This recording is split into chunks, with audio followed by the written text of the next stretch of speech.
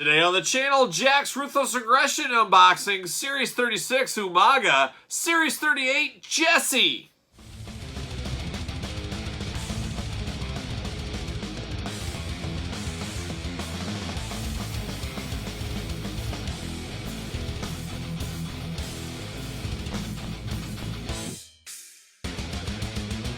Welcome everyone, Kyle here, and welcome back to the channel for another Jakks Ruthless Aggression WWE unboxing and review. A line near and dear to my heart as you guys have followed along over the last year and a half or so of the channel and on my social medias even before that. As you guys know, I was working on putting together a complete Ruthless Aggression collection with every single variant, all the kind of fun stuff. We've been into the rules in the past before, but today we're unboxing two later series, 36 and 38, Jesse and Umaga. You guys know these two characters, no strangers to the lineup, even Jesse. And we'll talk about each one. We're going to talk about the packaging, take a look at them, unbox them, talk about them, see where it goes from there. But two guys that are no strangers to the Jakks Ruthless Aggression lineup. And we're going to start it off. We're going to start with Series 36. I guess we'll go in order. Series 36 Umaga. So there's Umaga. Now, traditional Ruthless Aggression packaging for this time frame. I don't know how many sets this lasted, but this is my favorite Jakks Ruthless Aggression packaging. This is the one that I always say when I close my eyes and I think Ruthless Aggression on card, this is the style packaging I think of. I think this was the most mass-produced time period. That might be part of the reason.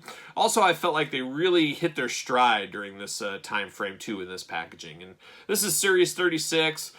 You know, there's a lot of series. We were into the 40s on Ruthless Aggression. Then you throw all the Adrenalines and all the single-carded releases and 3-packs and exclusives. There was a lot of Ruthless Aggression style figures, and then the class superstars, of course. But Umaga here comes with his trusty chair.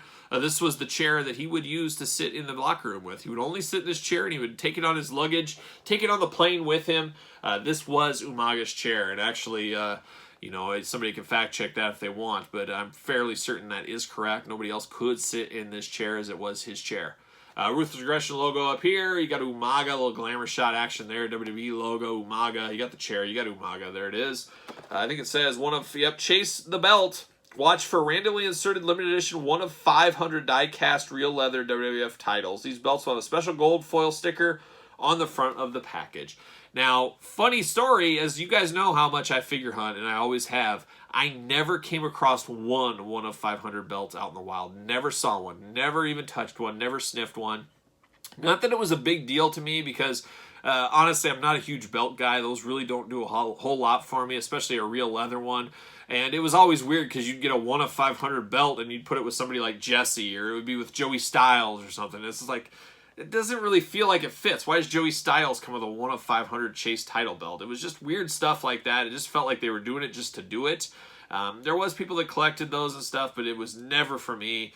I just wasn't a fan of that at all. And then the real leather belt, from everything I've heard online, that leather is starting to like degrade and fall apart. So, yikes, a little worse than the Jakks sticky disease. I would call that the belt actually disappearing and breaking down is probably worse than the sticky disease, but you could get a 1 of 500 if you're lucky. If you guys in the comments, let me know if you ever found one in the wild.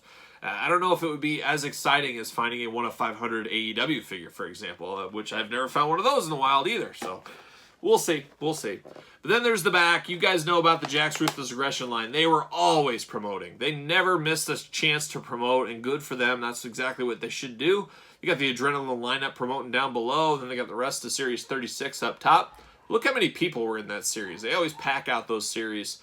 I always appreciate that. So just times have changed. It doesn't seem like that long ago, but it's been, you know, about 20 years. Well, not 20 years. 10, 15, what year was this? 2008, so 13 years. Closer to 15 than 20. But there's the whole crew back there. Always like that Charlie Haas on the back. Charlie Haas, of course, that Maurice figure was very solid. I believe that was Maurice's first figure ever. Very good. A little bit too big of a head. Big Show, always great in the Jakks line. Mickey James, 2 females in one set. D.H. Smith, a sleeper one. A lot of people missed. And then Kofi Kingston, of course. Early Kofi Kingston. Straight out of Jamaica. And then you got Jesse and Festus. We're going to get to Jesse here. We'll talk about that more in a second. You got the Miz and Morrison, Santino and Maria, which we just unboxed on the channel a couple of weeks ago. So some heavy hitters in the Jakks Ruthless Aggression line here. All right, let's open up the old Umaga. See what we can do here. See you later up high. See you later down low. In a little plastic prison, there's Umaga. A strong Umaga figure. Now, Umaga's had many figures, like I said, in the Ruthless Aggression line. A lot of time, the only change was the deco on the side of his tights. That was really the only change. However, these later Umagas, they gave us this kind of tongue-out head scan. And I absolutely love this one. It's so much better than just the mean mugging head scan. I like this one a whole lot. And when I think of Umaga, that's what I think of. So, very, very cool picture here of Umaga's face. I think they did the right choice. The other thing about Umaga, they did a really good job is the tattoos. They put all of his tattoos on there, very clean, a lot of work. I mean, he had a lot of tattoos. The details on these are very solid. You guys know as well as I do, Jakks gets a bad rap. A lot of people say, oh, that's so Jakks, and it's just kind of a joke. And you hate it when people say, oh, that's so Jakks, when they don't even understand Jakks. They just use it as a punchline. I take personal offense to that. Personal offense. But they got Umaga right. He looks amazing. I put this right up with the Mattel version. And I love all the tattoos on this one as well. So nothing bad about this Umaga in my book. See you later up high. Now Umaga, the only bad thing about these are occasionally you will get loose joints on these bigger figures. As Umaga is a bigger figure, but this one tight right out of the package, but could easily be loosened up with a little play, I'm sure. But I just love the proportions of this one. Like I said, the tattoo work, the bare feet, no shoes, no boots, no nothing. The cool gold on the side here, big back tattoo, just extremely solid figure. I mean, they did a great job on the details of this, and this is one of the better Jakks big figures, and you guys know I'm a sucker for tattoos, face paint, big figures, and I guess he does have face paint on. I'm a sucker for Umaga, that's for sure. He does come with a chair. We already told the story of this black chair. Somebody can fact check that story if they want to. But I always like getting chairs. Chairs are one accessory that you never feel bad getting a chair. You know, sometimes Jakks would give you like a hamburger with a guy like the Bushwhackers got a pop and pizza and hamburgers and stuff. That always was like, why? Well, sardines would have made sense with the Bushwhackers. Why did they get that stuff?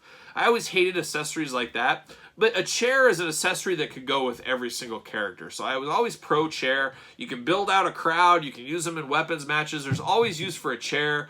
There's really not use for a hamburger all the time or some of the weirder Jakks accessories we got. So the chair, hey, that's all right with me. I'll take that all day long.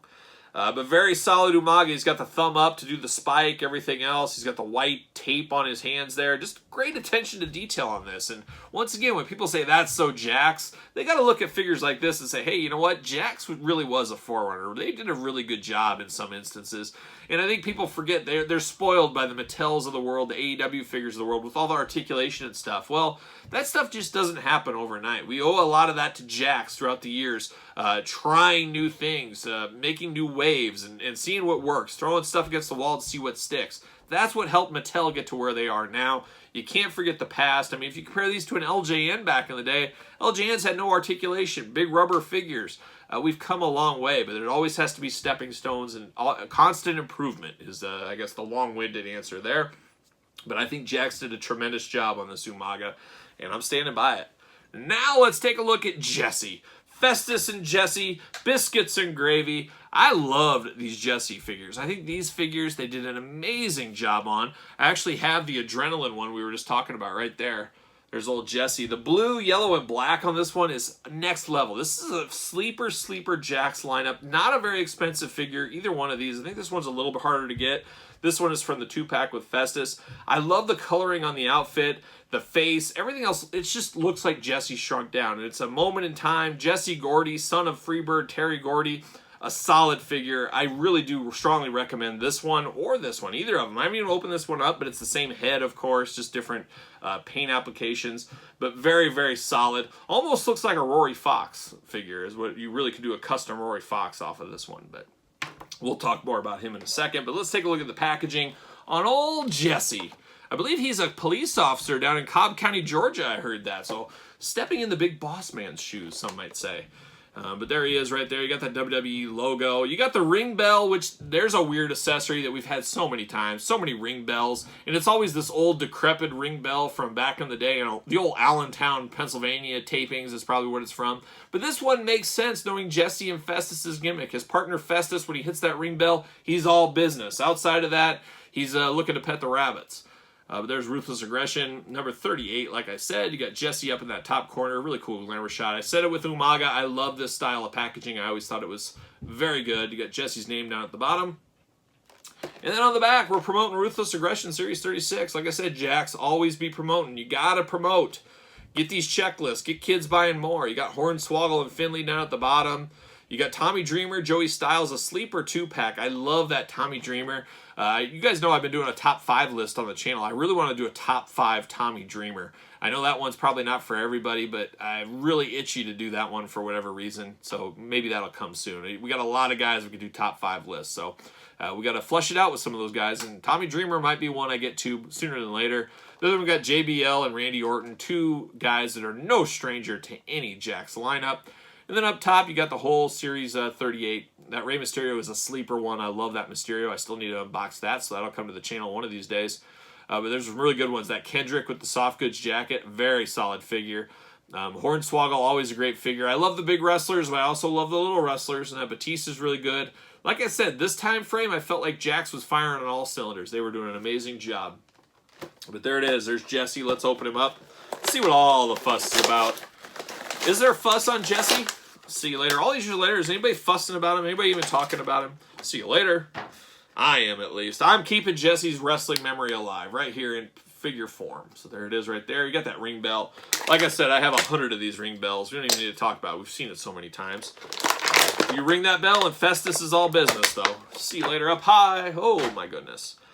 All right, we got Jesse in the white, red, and black. So very similar, like I said, to his other one, and we'll put that one right here just to have. Everything is really the same except the paint.